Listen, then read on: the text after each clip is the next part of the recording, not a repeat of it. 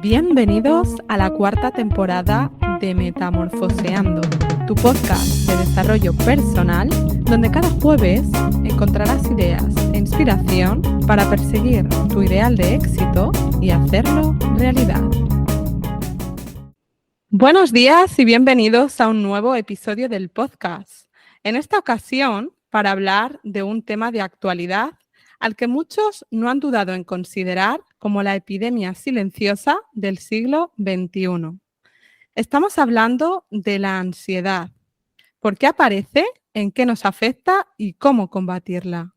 Para resolver estos interrogantes, he invitado hoy al podcast a Ferran Casas, conferenciante, escritor y fundador del Centro para la Ansiedad, Bye Bye Ansiedad. Ferran, gracias por aceptar la invitación y bienvenido al podcast. Un placer, siempre un placer venir a charlar un ratito.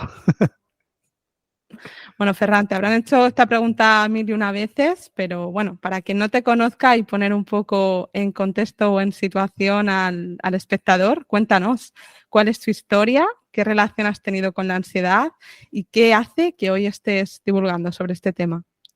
Además, dicho que teníamos una hora, esto me da para dos. Lleno un teatro de 2 horas contando esto, Miriam, no sé yo. No sé si te lo puedo resumir. Pero bueno, a resumidas cuentas, sí, yo soy una persona que a los 15 años empecé a sufrir ansiedad, empecé muy jovencito y el titular sería que tuve parestesia por ansiedad a los 21. Es decir, que a los 21 tuve parálisis corporales debido a la ansiedad. Y a toda la prensa le gusta mucho cuando ponen esos titulares de se quedó 2 años encerrado en casa para superar la ansiedad, que bueno, sí, en realidad sí, o sea, estuve muy encerrado en casa, pero bueno, podía salir, ¿vale? O sea que las parestesias por ansiedad, para quien no lo sepa, pues que a veces te paralizan los brazos, te paralizan las piernas, pasas una semana muy mala en casa, luego intentas volver a la vida normal, vuelve a la ansiedad y así. Los que han pasado por esto saben perfectamente de lo que hablo. Entonces, esta es un poco mi historia vital, a resumidas cuentas. Yo en ese punto, cuando empecé con las parálisis por ansiedad, empecé a poner un poco de luz en el túnel y decir, bueno, voy a ponerme las pilas con esto, porque evidentemente se ve que con todo lo que estoy haciendo no salgo. Y empecé un poco a investigar.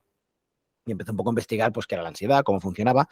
Ya no solo lo que había hecho hasta el momento, que era ir al psicólogo, ir al psiquiatra, buscar un terapeuta, buscar distinta ayuda externa, sino también a conectar un poco con qué podía hacer yo, aparte de lo que me brindaba, ¿no?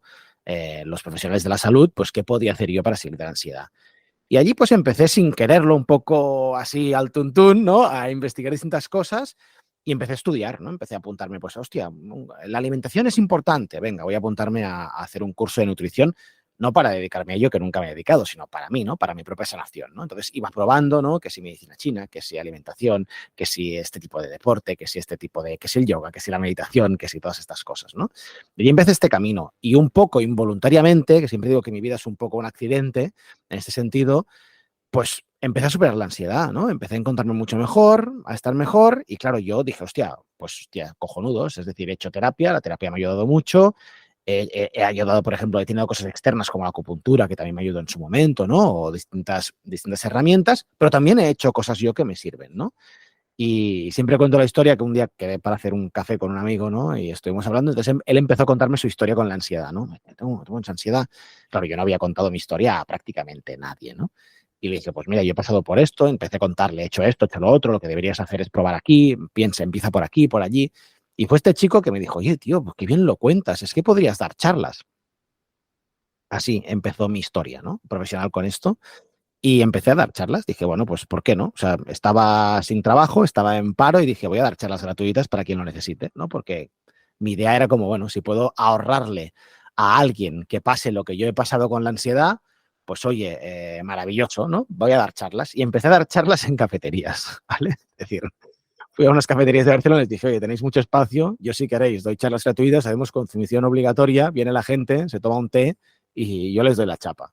Y empecé con esto. Y bueno, las charlas, evidentemente, pues el primer día vinieron 3, el segundo vinieron 6 y a los 2 meses éramos 150 en las charlas, ¿no? Y entonces fue de la misma manera una chica en las charlas que me dijo, Ferran, ¿por qué no haces un curso? ¿No? Nos gustaría un curso. Y allí empezó un poco realmente mi aventura con Bye Bye Ansiedad y hasta llegar a crear una clínica, ¿no? En resumidas cuentas, es decir, yo empecé a dar cursos, lo que hice fue, bueno, pues yo no soy un profesional de la salud, voy a buscar profesionales de la salud que puedan impartir estos cursos, ¿no? Que puedan ayudar a la gente y yo voy a hacer un poco este personaje que hace un poco el storytelling, que junta las clases, que cuenta su historia personal, ¿no? Y empezamos con esto. Y hace 11 años que empezó esto y creamos el primer curso de ansiedad. Hace 11 años, sí, este año hace 11 años. Y hace 2 años que empezamos con el proyecto ya de abrir la clínica, abrir el centro. Y entre medio he escrito libros, hago shows en teatros, voy a oficinas, imagínate, a empresas, a dar charlas y me he terminado dedicando sin querer a hablar de ansiedad y no solo de ansiedad, al final de la vida, que digo yo, ¿no? Hablar de cómo intentar poner foco y ser un poco más feliz en un momento social que nos ha tocado vivir un poco estresante, ¿no? Wow, Lo 11 he años, resumido ¿no? bien, Miriam. Ha sido Se cortito. dice pronto 11 años, lo has resumido súper bien. Y es curioso porque me doy cuenta, ¿no? Haciendo este podcast con toda la gente que pasa por aquí, que no puedes ayudar a llegar a alguien a un lugar en el que tú no has estado, ¿no? Entonces, qué curioso como la gente muchas veces se reinventa en profesiones con algo que ellos mismos han vivido, ¿no? Pues profesionales de la nutrición, de la salud. Y al final yo creo que la gente agradece eso, ¿no? Un testimonio vivencial, personal, porque nadie te puede hablar mejor de lo que tú estás viendo que alguien que haya pasado por ello. Entonces, en este sentido, qué importante este testimonio. Sí, yo siempre creo que ahora hay mucha, o sea, yo, claro, hace muchos años que me muevo en este mundillo y ahora veo mucha gente haciendo esto y siempre digo lo mismo, ¿no? Siempre que sea con coherencia, con sentido común, que sepas en qué lugar estás, puedes hacer, está muy bien. Es decir, yo, por ejemplo, yo contrato psicólogos para mi centro, ¿no? Y psiquiatras y profesionales de la salud, y siempre es una premisa que tenemos en cuenta a la hora de contratar, es, ¿has sufrido ansiedad? Es decir, si te viene alguien y te habla de que tiene pinchazos en el pecho, ¿sabes lo que está sintiendo? O sea, ya sé que no. O sea, no es solo decir siente dolor, sino que empatizas con eso, sabes de qué va, ¿no? Sabes qué sensación tiene. Para mí es una premisa, pero lo que te decía es esto, no ser consciente de decir, yo al final cuento mi historia en mi caso, pero no hago terapia, ¿no? Es decir, tengo un equipo de psicólogos en terapia, ¿no? Entonces, sí, creo que está muy bien empatizar y también está muy bien tener profesionales que sepan tocar esas teclas, ¿no? Que yo no sé, yo siempre digo, si me pusiera yo a hacer sesiones individuales sería un desastre. Imagínate, haciendo sesiones yo, vaya, o sea, no tengo ni idea de acompañar, pero sí, creo que es importante, ¿no? Al final, yo me doy cuenta, Miriam, de esto y hace muchos años que me doy cuenta, ¿no? Gente que me escribe, Ferran, es que he leído tu historia, he oído tu historia, he ido al show, te he visto en el teatro y es que es tal cual la mía. Y pienso, pues claro, si es que no somos tan distintos, ¿no? Al final, todos somos bastante parecidos y yo he sufrido parálisis y tú tienes, no sé, incontinencia o pérdida del apetito, pero la historia es muy parecida, ¿no? Efectivamente, tú lo cuentas, ¿no? La historia es muy parecida, la sintomatología más o menos es igual, ¿no? Y en este sentido decías una cosa al principio y es que, oye, a mí me ayudó probar la acupuntura, me ayudó probar por Reiki o otras terapias, ¿no? Pero al final lo que me hizo salir de la ansiedad fue un poco tomar conciencia y autorresponsabilidad de que hay algo que hacer, ¿no? Aparte de delegar eso que sí que te puede bajar un poco los síntomas, pero al final todo está un poco en el cambio de hábitos, de estilo de vida. Y en este sentido me gustaría preguntarte, ¿cómo era la vida antes del Ferran anterior? ¿Qué estilo de vida llevaba? ¿Qué hábitos? ¿Y qué has cambiado ahora? ¿Qué ha marcado la diferencia? ¡Wow! Buena pregunta. Mira, primero voy a puntualizar que los hábitos son una herramienta para cambiar la interpretación que tienes del mundo. Y eso es lo primero que tenemos que entender en cuanto a hábitos. Desde mi punto de vista, humilde punto de vista, si tú, por ejemplo, decides adquirir el hábito de ir a correr cada día, ¿sí? Que mucha gente, ¿no? ¿Qué nos pasa a principios de año, Miriam? Que decimos mucho, o sea, este año voy a salir a correr, este año me apunto al gimnasio, ¿no? Si el objetivo de ese salir a correr es adelgazar, por ejemplo, y ese adelgazar es porque quiero que el mundo me vea más bonita, más bonito, normalmente no se cumple o casi nunca se cumple, ¿no? Para mí la intención del hábito es cambiar la manera en que interpretas el mundo. Es decir, vale, voy a salir a correr, si salgo a correr yo sé que pasan cositas en mi cerebro y sé que estas cositas que pasan me hacen sentirme mejor, estar más contento, ser más productivo. Y esas cosas que pasan en mi cerebro son las que me llevarán a empezar a interpretar la vida de otra manera, ¿no? Entonces, claro, el cambio de hábitos es tan heavy que no es solo decir, no, porque sí, claro, ahora come mejor y medita y hace deporte. No, va mucho más allá. Al final va sobre la interpretación. ¿Por qué? Porque ya tenemos que partir de la idea que no tenemos ansiedad por aquello que nos pasa, sino por cómo interpretamos aquello que nos sucede. Si no, todos tendríamos ansiedad por las mismas cosas, ¿no? Imagínate. Pues, oye, voy a hacer una entrevista con Miriam, empiezo a ponerme nervioso, pues evidentemente puede que mi cerebro le dé una entrada a la ansiedad, ¿no? Porque empiece a pensar yo, decir, a ver qué piensan de mí, a ver si voy a decir alguna tontería, aseguro que hay algún hater que me envía y me dice que yo quién soy para hablar de esto. Si empiezo a pensar estos pensamientos, puerta de entrada, ¿no? Pero si yo pienso, pues mira, qué bien, una horita aquí con Miriam charlando, entonces el cuerpo ya reacciona de otra manera, la ansiedad no tiene cabida. Entonces, claro, cambio de hábitos. ¿Cómo era el Ferran antes de empezar a tener hábitos? Pues era un desastre. Pero claro, era un desastre por cómo interpretaba el mundo. Ferran era una persona que tenía miedo al mundo. El mundo le daba miedo, ¿no? Le daba miedo tener éxito, le daba miedo fracasar, le daba miedo estudiar y tal, o sea, tenía muchos miedos. Le daba miedo tener pareja, le daba miedo muchas cosas. Entonces, claro, cuando tú te da miedo y no te enfrentas a ese miedo, no tienes la capacidad, tus hábitos están todos construidos para moverte como un pececito en las aguas. Ese es un estado en que muchos estamos, ¿no? Y porque somos unos cracks. El ser humano es el amo en estar en la cuerda floja entre una cosa y la otra, ¿no? Es decir, bueno, tengo un poco de ansiedad, pero voy trampeándolo para no tenerlo. Entonces, ¿cómo eran los hábitos de Ferran? Pues comía mal, evidentemente, dormía pocas horas, y eso qué hace, te atonta, hace que no estés lúcido para pensar las cosas, entonces no te enfrentas a las cosas. Bebía posiblemente más, nunca he sido un gran bebedor, pero da igual, bebía un poco más de lo que debería beber, o sea, viernes, sábado y domingo, fiesta, venga, borrachera, amigos, tal, todo esto son cosas que vas haciendo para obviar. Fumaba, imagínate, madre de Dios, ¿no? Es decir, todas estas cosas. Claro, cuando tú empiezas a cambiar y dices, vale, voy a poner orden a mi vida, ¿no? Y voy a levantarme temprano, o más o menos temprano, ¿no? Y voy a salir a correr, por ejemplo, ¿eh? Voy a salir a correr, a hacer un poco de deporte y luego voy a desayunar bien, ¿no? En vez de comerme unos Choco Crispies, me voy a hacer una tortilla y un aguacate. Hostia. Claro, el primer día no pasa nada, el segundo tampoco, ¿no? Pero igual que dices, pues voy a irme a dormir cada día a las 11 de la noche o a las 10:30, ¿no? Y intentar dormir estas 7, 8 horas que recomiendan. Cuando tú llevas medio año haciendo esto, tú empiezas a pensar de otra manera. Entonces estás lúcido. Entonces, en vez de esquivar, lo que dices es, un momento, vale, un momento. Hablar con Miriam me pone nervioso. Voy a llamarla y voy a explicárselo y voy a ver si encontramos una solución para no ponerme nervioso. Y te das cuenta, cuando empiezas a hacer estas pequeñas cosas, porque tu cerebro ya genera esa dopamina, esa oxitocina, ¿no? Todo eso que sabemos que nos funciona tan bien, ya te empiezas a atrever. Y te das cuenta que los problemas que te parecían la puta hostia, que no tienen solución, son tan tontos como hacer una llamada y decir, Miriam, ¿cómo lo haremos para la entrevista? Es que me pongo muy nervioso y a lo mejor tú, Miriam, me dices, no, Ferran, tú tranquilo, si esto cortamos cuantas veces quieras y lo volvemos a grabar si ves que no sale. Y yo me tranquilizo y ya está. Te pongo el ejemplo porque estamos aquí en directo, pero esto con cualquier cosa, ¿no? Te das cuenta que los problemas no son nunca tan problemas, sino que nosotros los hacemos, ¿no? Entonces, el hábito, espero haberme explicado bien, consiste en esto, ¿no? En tener la capacidad de cambiar esa actitud. Y aquí entro en la parte del psicólogo que has dicho, ¿es importante esa ayuda? Sí, porque al final, cuando tú haces una terapia, por ejemplo, conductivista, esa persona te ayudará a cogerte de la mano y decir, vale, ahora que ya estás preparado, que te sientes fuerte y tal, ahora vamos a enfrentarnos al coche, al avión, a la mujer, al trabajo, ¿sí?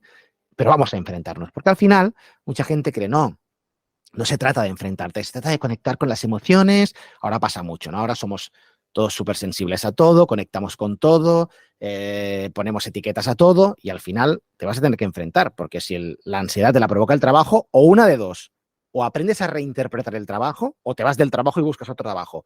Pero mira, me juego parte del brazo derecho a que vas a cambiar de trabajo y a los meses al siguiente trabajo te pasará lo mismo.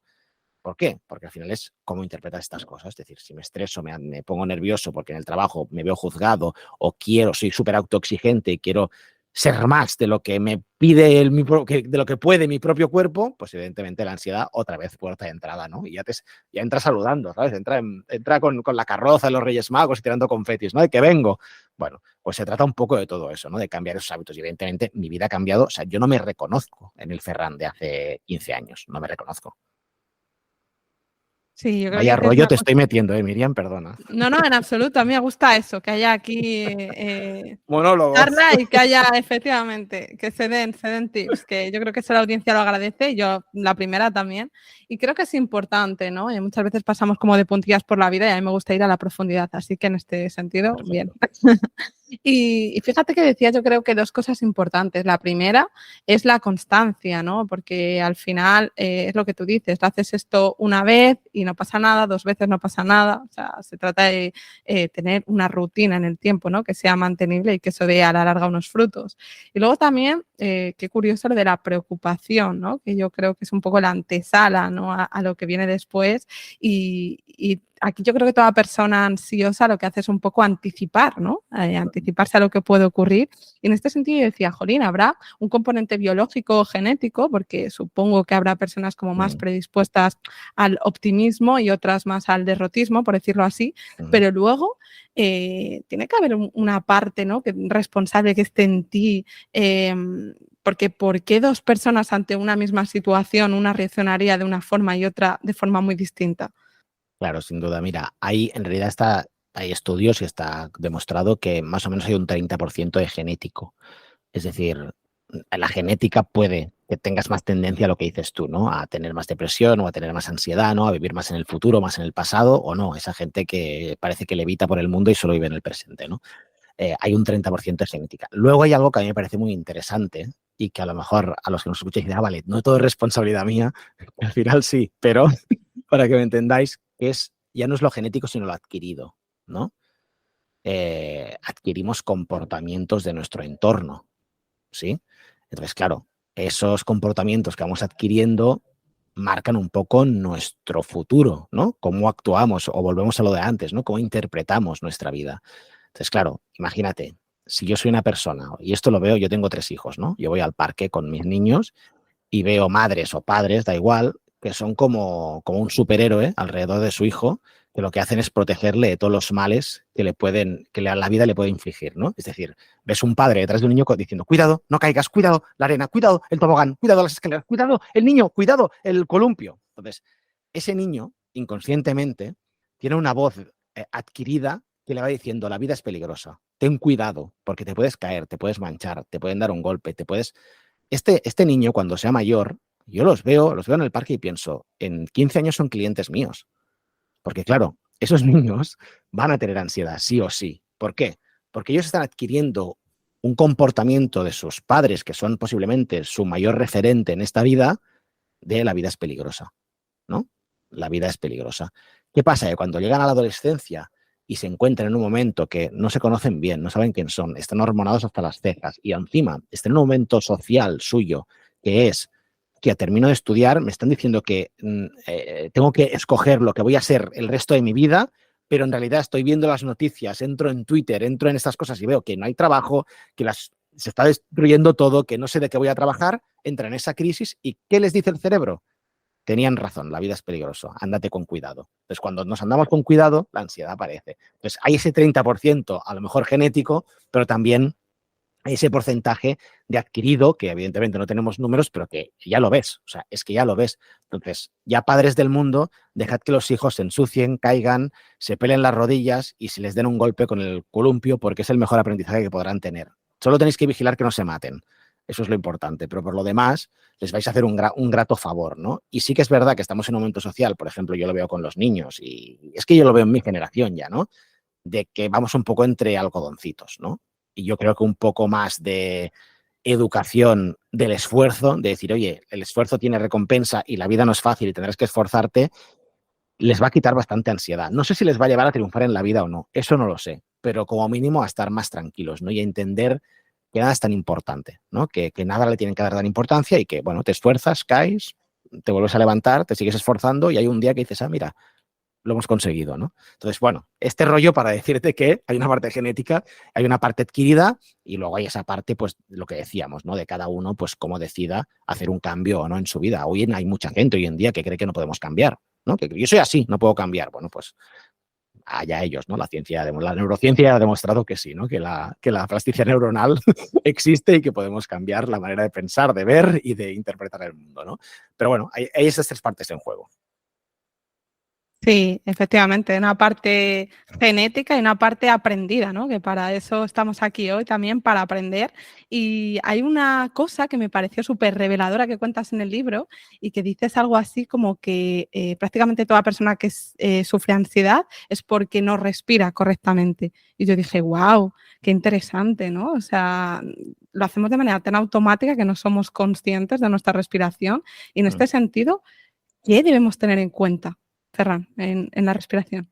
Tenemos que entender que esto, o sea, lo de la respiración es maravilloso. Es maravilloso porque es algo que lees ya en filosofía antigua, ¿no? El tema de respirar y que por suerte los avances tecnológicos y científicos nos demuestran que es así, ¿no? Es decir, tenemos que entender que la respiración es el lenguaje que utiliza el cerebro para comunicarse con el cuerpo y a la inversa, ¿sí? Es un lenguaje. Hablamos respiración, ¿sí? Entonces, ¿qué pasa? Cuando yo voy a correr, por ejemplo, ¿no? Estoy perdiendo el bus y tengo que correr 5 metros para coger el bus porque veo que viene, ¿qué hago yo? Me pongo a correr y ¿qué hace automáticamente mi sistema, ¿no? Humano? Pues empieza a respirar, ¿no? ¿Cómo respira? Hiperventila. ¿Por qué hiperventila?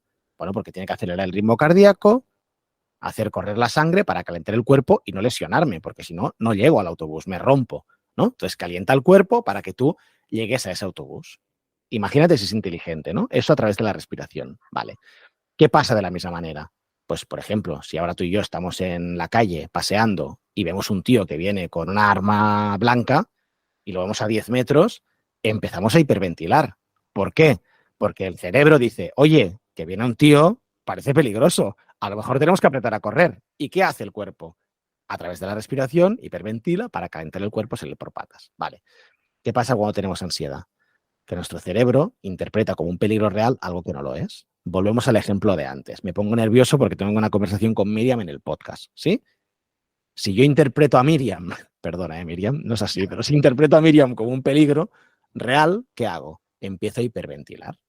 Entonces, ¿qué hace? Acelero el ritmo cardíaco, genero más sangre, pero no salgo corriendo, porque yo en realidad estoy aquí, digo, no, yo tengo que estar aquí. Yo no puedo seguir gritando ahora por la puerta de y decir, socorro, estoy nervioso. No quedaría muy fino, ¿no? Entonces, ¿qué hago? Me quedo aquí. Entonces, ¿qué pasa? Cortocircuito. Y aquí empieza la ansiedad.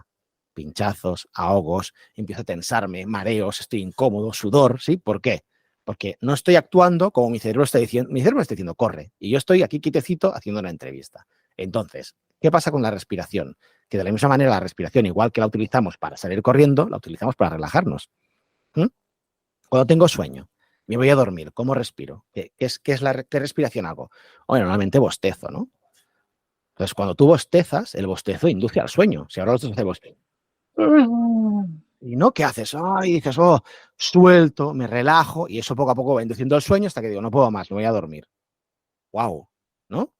Qué inteligente es el cuerpo, es decir, a través de la respiración. Entonces, si tú coges, por ejemplo, la respiración esta, de cómo funciona un bostezo, y la aplicas de manera artificial, si tú y yo ahora hacemos 10 bostezos, no lo vamos a hacer porque es muy poco radiofónico, pero si hacemos 10 bostezos, verás como los dos nos relajamos y decimos, wow, tía, estoy súper relajado, estoy tranquila, ¿sí?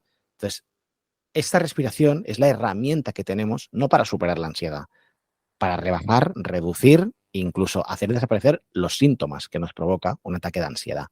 Entonces, si yo, y esto mucha gente nos está escuchando dirá, ya, pero yo no puedo ponerme a respirar cuando tengo un ataque, por supuesto. Es una cosa preventiva de que tienes que ir practicando para enseñarle a tu cuerpo de decir, hey, cuando pase esto tienes que aplicar esta respiración. Entonces, la respiración yo siempre cuento, un bostezo fácil es una inspiración de 3 segundos, una expiración de 6 segundos, y si podéis sacar el aire por la boca en plan, mucho mejor, porque aún imita más un bostezo. Si ahora cualquiera que nos esté oyendo pone pausa un momento y hace 3 de estas, verá cómo se relaja. Entonces, si yo voy practicando esta respiración en distintos momentos de mi día, ¿qué pasará? Que cuando yo esté con Miriam y me ponga nervioso, inevitablemente cuando tenga el cuerpo entrenado y el cerebro entrenado, mi cerebro dirá peligro, peligro, empezará a ver el peligro, porque eso siempre pasa, pero entonces yo racionalmente, esta corteza prefrontal que tenemos aquí, le diremos al cerebro, no, que no es un peligro real, que tengo un podcast con Miriam y vamos a hablar tranquilamente. ¿Y qué hará automáticamente el cerebro? Activar una respiración diafragmática, abdominal, relajante, y nos vamos a relajar y vamos a charlar tranquilamente. Entonces, imagínate si es importante la respiración, ¿no? Para la ansiedad. Pues sí, es muy importante y es curioso porque yo creo que las herramientas las tenemos a nuestro alcance y muchas veces no nos damos ni cuenta, ¿no? Siempre vamos buscando la pastillita, ¿no? El estímulo externo y dices, jope, con un poquito de voluntad, todo lo que tengo a mi alrededor lo podría utilizar a mi favor, ¿no? Qué interesante. Que no sé, que no es Y fácil, Miriam?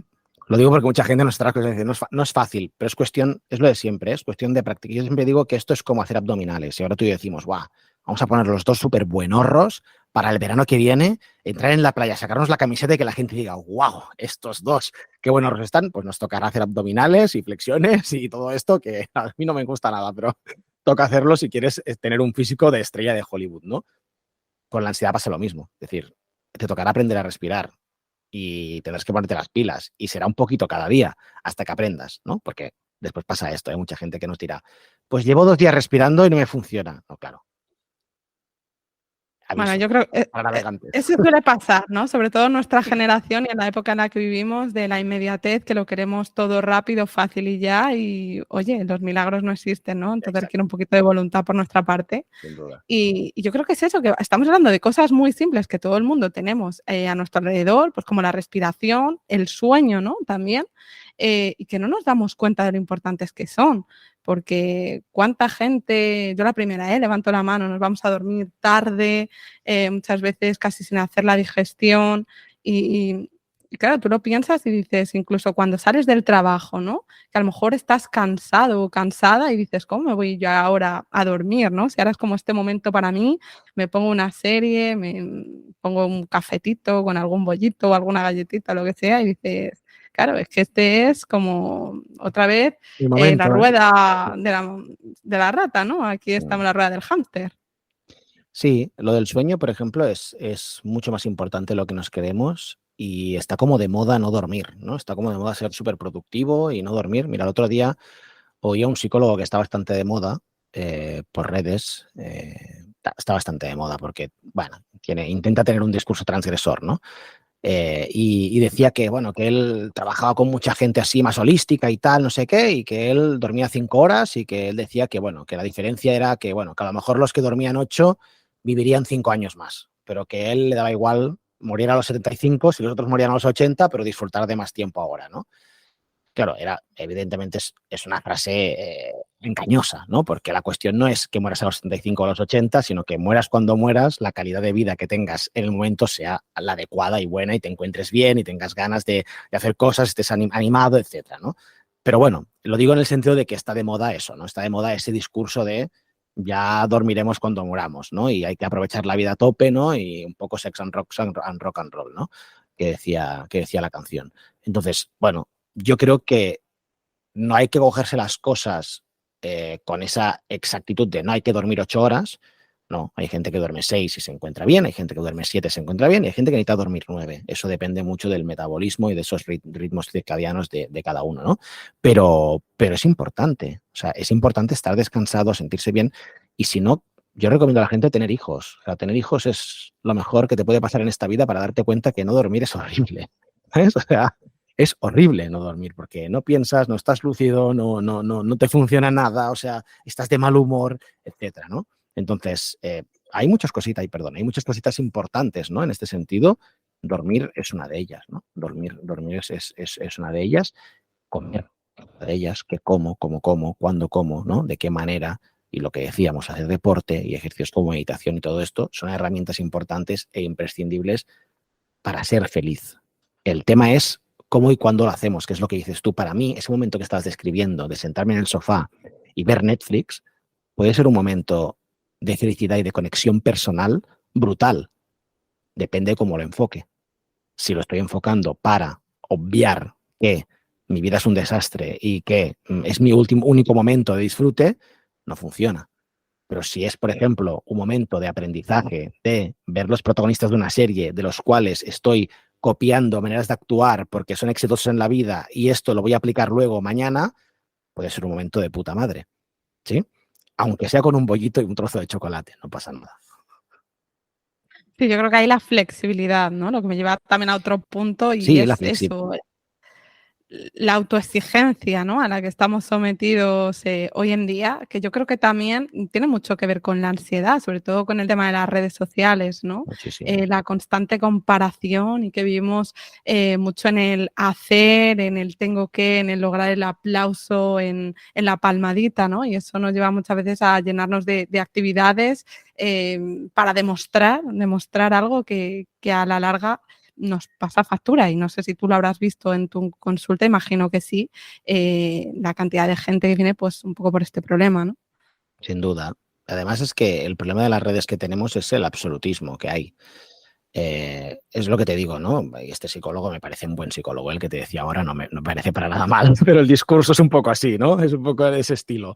Al final, mira, un buen amigo, Enric Sánchez, que hace muchos años que se dedica a la producción de podcast y tal, y siempre me dice, mira, Instagram es como un mercadillo.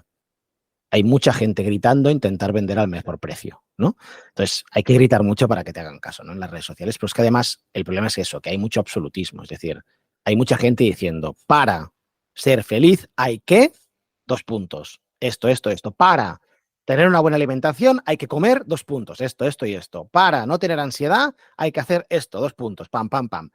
Claro, esto es peligrosísimo, ¿no? Porque yo creo que lo mejor que podríamos hacer a la sociedad es enseñarles de que todo es relativo, ¿no? De que tú también eres una persona única y que sí, podemos demostrar que, yo qué sé, o ya se ha demostrado, ¿no?, que los azúcares refinados no son buenos, pero bueno, siempre hay un equilibrio. O sea, si yo los domingos traigo un pastelito de la pastelería de abajo a casa de mis padres y comemos y luego tomamos un pastelito, oye, pues esto te hará mucho más feliz posiblemente que restringirte comer nunca azúcar, ¿no? Entonces, estamos en esos absolutismos y yo creo que una de las claves, lo decías, ¿no? Esto que provoca, evidentemente, autoexigencia, ¿no? Es decir, tengo que adelgazar, tengo que ser una persona healthy, ¿no? Sana, ¿no? Esta ortorexia que ahora está tan de moda, ¿no? Es decir, tengo que comer. ¿Y cómo vas a ser feliz si te estás exigiendo comer siempre? O sea, fluye un poco con la vida. A lo mejor hay un día que te apetece un donut, no pasa nada, mujer, ¿sabes? Cómete un donut, disfruta de la vida. O sea, no, o sea, otra cosa es que me digas, cada día meriendo un donut. Hombre, a lo mejor podemos equilibrarlo un poco, pero vaya, tampoco pasa nada, ¿no? Es decir, buscar un poco esa línea. Yo creo que la solución a todo esto es el equilibrio, ¿no? Es el equilibrio. Y el equilibrio, que es un tema que ya los taoístas hablaban, pero también lo hablaban en la antigua Grecia, ¿no? Que ya se hablaba la filosofía de buscar ese equilibrio en la vida, pues estamos en un momento, yo creo, bastante desequilibrado, ¿no? De A o B. Yo siempre digo que a la gente no le gusta el fútbol, le gusta el Barça o le gusta el Madrid, ¿no? Entonces, le gustan estar en un extremo o en otro, formar parte de un grupo que se sienta arropado y que todos vamos a la misma, ¿no? Y yo creo que para ser feliz hay que salir un poco de eso, hay que estar un poco en el medio y decir, bueno, pues ese equilibrio, ¿no? Es decir, el tabaco mata. Sí, a ver, yo no soy fumador y no recomiendo fumar, y el tabaco es malo para la salud, pero a lo mejor si viene una persona y me dice, mira, yo fumo un cigarro cada 3 días o así, porque a veces tengo una reunión y fumo un cigarrito. Hombre, pues no sé, seguramente vivir en Barcelona, por ejemplo, es más peligroso en cuanto a contaminación que fumarte un cigarro cada 3 días, ¿no? Entonces, y sé que es un ejemplo punky que mucha gente puede decir, hola, ¿qué ha dicho ahora Ferran? Pero es para poner un ejemplo que resuene en decir, todo está en el equilibrio al final, ¿no? En ese encontrar ese punto en el que tú estás cómodo, te sientes feliz y estás bien, ¿no? Sin restringirte nada, sin autoexigirte nada y entendiendo que en esta vida, hostia, es que, ¿qué estamos? Miriam, 80 años de media, 80. No es tan importante, pongámonos a disfrutar un poco, es que si no, apaga y vámonos. Estoy totalmente de acuerdo, ¿no? Pues yo creo que nada es blanco ni negro, que hay que ir un poco de los extremos, ¿no? Y claro, la gente a lo mejor, pues en redes sociales, que esté llevando ese tipo de vida súper saludable y demás, bueno, no tendrá el problema del peso o la talla, pero tendrá otros problemas, ¿no? Como es muchas veces la culpabilidad, esa necesidad muchas veces que también te creas a ti mismo de como ya has seguido esta filosofía, tengo que demostrar a los demás que yo siempre la sigo al 100% y madre mía, no me voy a salir de aquí porque luego me van a llover críticas. Es que esto es un constante, entonces cada uno tiene unos Claro, problemas con esto. imagínate, ¿no? Yo, por ejemplo, ahora tengo a mi hija mayor, tiene 10 años, ¿no? Y ya empiezo a ver un poco a través de sus ojos, ¿no? Y digo, vale, un momento, ¿qué está mirando, no? Claro, hay mucha influencer o mucho influencer, chicos también supongo, ¿no? Me parecen más chicas, pero chicos también habrá. Y ostras, te están vendiendo una vida perfecta, ¿no? Que dices, hostia, también tienes días malos, ¿no? Y también hay días que No me jodas, hay días que te vas a la pizzería y te comes un trozo de pizza y luego te llegas a casa y te sientes mal porque dices, guau, qué mal me ha sentado la pizza, no. Pero lo has hecho y no pasa nada porque todos somos humanos, ¿no? Y mi padre siempre me enseñó lo de decir que lo voy a decir de manera fina, él no lo decía así, pero de manera fina era como todos vamos al baño al final, ¿sabes? Es decir, no existe la vida perfecta, ¿no? Ir al baño es algo en realidad que se termina y dices, eso es feo de ver, ¿no? Pero todos vamos, ¿no? Hasta el Papa y hasta el Rey y hasta todo el mundo, ¿no? Hasta la mejor influencer. Entonces, hay que sacar un poco hierro a esto, ¿no? Y creo que estamos muy al inicio de todo esto y evidentemente la gente joven, imagínate, o sea, yo nací con un teléfono que tenías que darle rosca para llamar, ¿no? Y ahora tengo un móvil inteligente en el bolsillo, o sea, es verdad que en estos últimos 100 años hemos hecho una evolución tecnológica muy bestia y que por lo tanto a mí las redes me parecen una herramienta fantástica, pero que tenemos que aprender, bueno, pues a mirarla, ¿no? Vamos a lo mismo, Miriam, otra vez, a través a qué ojos lo miro para que eso no me provoque esa autoexigencia, para que no me esté comparando, porque bueno, yo por ejemplo no soy un chico delgado, mi padre nunca lo ha sido, no tengo una constitución así, pues bueno, tendré que aceptarme, o sea, puedo estar o sea, no estoy gordo, pero mi constitución es ancha, o sea, yo no soy un tío, ¿no? Y yo, claro, veo chicos que digo, jolín, qué bien le queda el traje a este chico, pero claro, porque tiene otra constitución y a lo mejor el traje le queda mejor y yo me veo el traje mucho más grande. Bueno, pues aceptarte, ¿no? Decir, vale, soy así. Y eso no quiere decir que no me cuide, haga deporte, coma bien y me sienta bien con mi cuerpo. Estoy a gusto con mi cuerpo, pero tengo una constitución X, ¿no? Y tengo que aceptar que soy así. Y esto, Miriam, con la ansiedad pasa lo mismo, ¿eh? Yo acepté hace muchos años que yo soy una persona nerviosa, que habla rápido, que mi cerebro va a 10.000 revoluciones, o sea, que no puedo prácticamente escribir a mano porque la mano no sigue el ritmo de mi cerebro. Me pasan estas cosas. Cuando lo aceptas y buscas ese equilibrio, evidentemente la ansiedad no tiene entrada, porque lo que haces es decir, bueno, pues soy así, ya está, ¿no? Totalmente. Yo creo que volviendo un poco al principio, lo que decías, ¿no? Hay que evitar los absolutismos, que hoy en día, pues bueno, está bien desayunar o hacer ayunos intermitentes o comer 5 veces al día, comer 3 o hacer ejercicio por la mañana o por la tarde. Es que Todo está yo creo bien. que cada uno lo que le funcione, ¿no? Y lo que tú decías, también en este sentido con la ansiedad, pues aceptar esa parte de la que hablamos antes, que también es un poco genética y que te predispone a ello, pero que siempre hay herramientas para salir de ahí y es un poco con lo que yo me quedo. Yo seguiría hablando de este tema porque me parece que es súper interesante, pero bueno, por los tiempos que tenemos, antes de irnos de la entrevista, por favor, Ferran, me gustaría que contaras a todos nuestros oyentes dónde pueden seguirte y encontrarte y que dieras así un último mensaje final para todas esas personas que se han Venga. podido identificar con tu historia. Te voy a dar doble mensaje final. Mira, es fácil encontrarme. Pones Ferran Casas en Google y me encuentran en todas partes. Pero bueno, en Instagram creo que es @ferrancasas, Cases, ¿vale? Ferran Cases.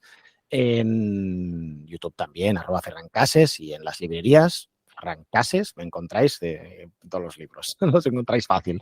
Es fácil encontrarme. Y voy a dar un mensaje final que siempre me gusta dar cuando me brindáis la oportunidad de daros la chapa un ratito. Y es una, que la ansiedad patológica se supera, quien esté pasando por esto, que no se crea el discurso de hay que aprender a vivir con esto, no lo vas a superar jamás, tienes que aprender a vivir, no es así. La ansiedad, repito, patológica se supera, la ansiedad como mecanismo natural del cuerpo está aquí, forma parte de nosotros, está así, pero la patológica, la que te hace tener pinchazos, ahogos, migrañas, insomnio, esta se supera. Y dos, el consejo que os daría a todos es tomaros algún ratito al día para parar y respirar. Es algo que no hacemos y que nos hace mucha falta como humanos. Pues sí, tomarse ese ratito para respirar, yo creo que qué importante, ¿no? Y con esta bonita reflexión nos quedamos en el día de hoy. Gracias, Ferran, por tu aportación. Ha sido un súper placer charlar contigo. Y a todos vosotros, gracias también por estar ahí al otro lado escuchando una temporada más. Si os ha gustado este episodio, os recomiendo también el número 66 del podcast, titulado Ansiedad, Guía Rápida y Preguntas Frecuentes, con Rubén Casado. Os dejo enlace para que podáis escucharlo en las notas del podcast. Y a los que queráis saber un poquito más sobre mí, os animo a seguir mis pasos en mi web www.metamorfoseando.com, donde tendréis acceso a todos mis servicios y sesiones. También podéis seguirme en mi cuenta de Instagram, @metamorfose.ando, y suscribiros a mi canal de iVoox, Spotify, Podimo y Apple Podcasts. Recordaos que con vuestras suscripciones, me gusta y comentarios me ayudáis a que la comunidad crezca y a que más entrevistas como esta sigan siendo posibles. Os mando un fuerte abrazo y os dejo con un avance de lo que podréis escuchar aquí el próximo jueves. Un beso y hasta pronto. La neuroquímica del cerebro de la gente feliz normalmente siempre dicen que es el cuarteto, ¿no? La dopamina, la oxitocina, la serotonina y las endorfinas. La dopamina a mí me encanta, aunque tenga su lado oscuro, que si quieres podemos hablar de él después. El problema es que ahora se nos ha ido de las manos, pero bueno, aunque tu cerebro te incita a buscar recompensas inmediatas, qué bien que exista también las de largo plazo, esos deseos. También es lo de siempre, en el equilibrio, ¿vale? Si siempre te pasas todo el tiempo buscando cumplir deseos, estás viviendo todo el tiempo en el futuro. No, cuando consiga este trabajo seré feliz, cuando consiga quedarme embarazada seré feliz, cuando consiga tener pareja seré feliz, ¿no? Y al final consigues aquello y te viene otro deseo. Ahora quiero ir a viajar, ahora quiero tal, ¿no? Que es lo que se le llama, cuando eres así, es una persona muy dopaminérgica.